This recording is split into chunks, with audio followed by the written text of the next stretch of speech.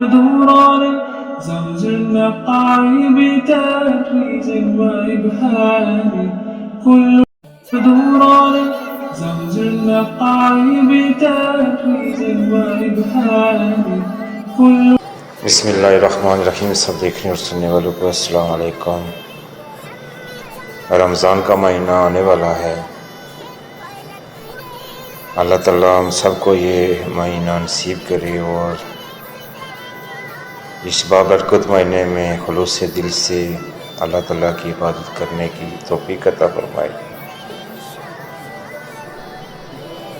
رمضان المبارک محض بھوکا پیاسا رہنے کا نام نہیں، بلکہ یہ روح کی پاکیزگی، نفس کی تربیت اور اللہ تعالیٰ سے تعلق کو مضبوط کرنے کا ایک سنہری موقع ہے۔ یہ وہ مہینہ ہے جس کا انتظار نہ صرف مومنین کرتے ہیں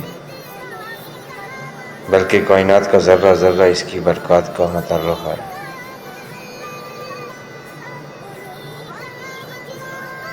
رمضان المبارک کی سب سے بڑی فضیلت یہ ہے کہ اسے کلام الہی کی میزبانی کا شرف حاصل ہے۔ سورہ بقرہ آیت نمبر 150۔ رمضان وہ مہینہ ہے جس میں قرآن نازل کیا گیا، جو لوگوں کے لیے ہدایت اور جس میں رہنمائی اور حق و باطل کے درمیان فرق کی واضح نشانیاں ہیں۔ کوشش کرنی چاہیے کہ اس مہینے میں زیادہ سے زیادہ قرآن پاک کی تلاوت اور قرآن پاک کو سمجھ کے پڑھنا چاہیے۔ روزے کا مقصد صرف پیٹ کو خالی رکھنا یعنی معدے کی عبادت نہیں، بلکہ یہ ایک مکمل تربیتی کورس ہے۔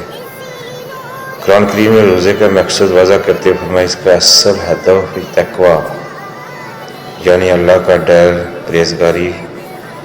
جب انسان حلال اشیاء کو کھانے پینے کو اللہ کے حکم پر چھوڑ دیتا ہے تو اس کے اندر یہ طاقت پیدا ہوتی ہے کہ وہ حرام کاموں سے بھی بچ سکے۔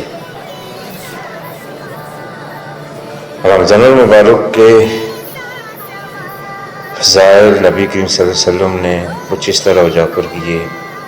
صحیح بخاری میں ہے، نبی کریم صلی اللہ علیہ وسلم نے فرمایا، جس نے ایمان اور احتساب ثواب کی نیت کے ساتھ رمضان کے روزے رکھے اس کے پچھلے تمام گناہ معاف کر دیے جاتے ہیں۔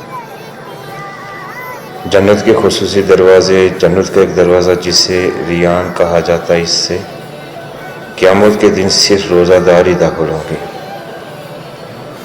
زیادہ سے زیادہ دعائیں کریں، خاص طور پر افطاری کے وقت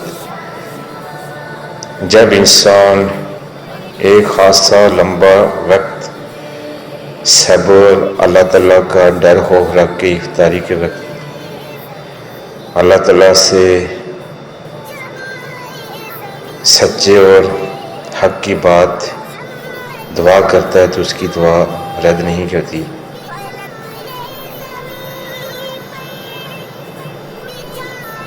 اس کے ساتھ ساتھ کچھ سماجی پہلوؤں، ہمدردی اور سخاوت، یعنی کہ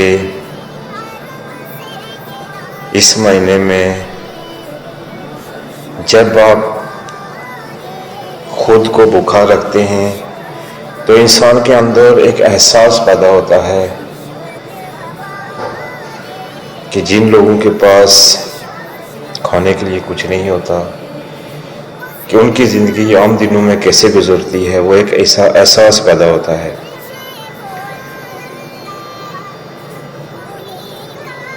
کوشش کرنی چاہیے کہ اس مہینے میں زیادہ سے زیادہ صدقات کریں، اپنے آس پاس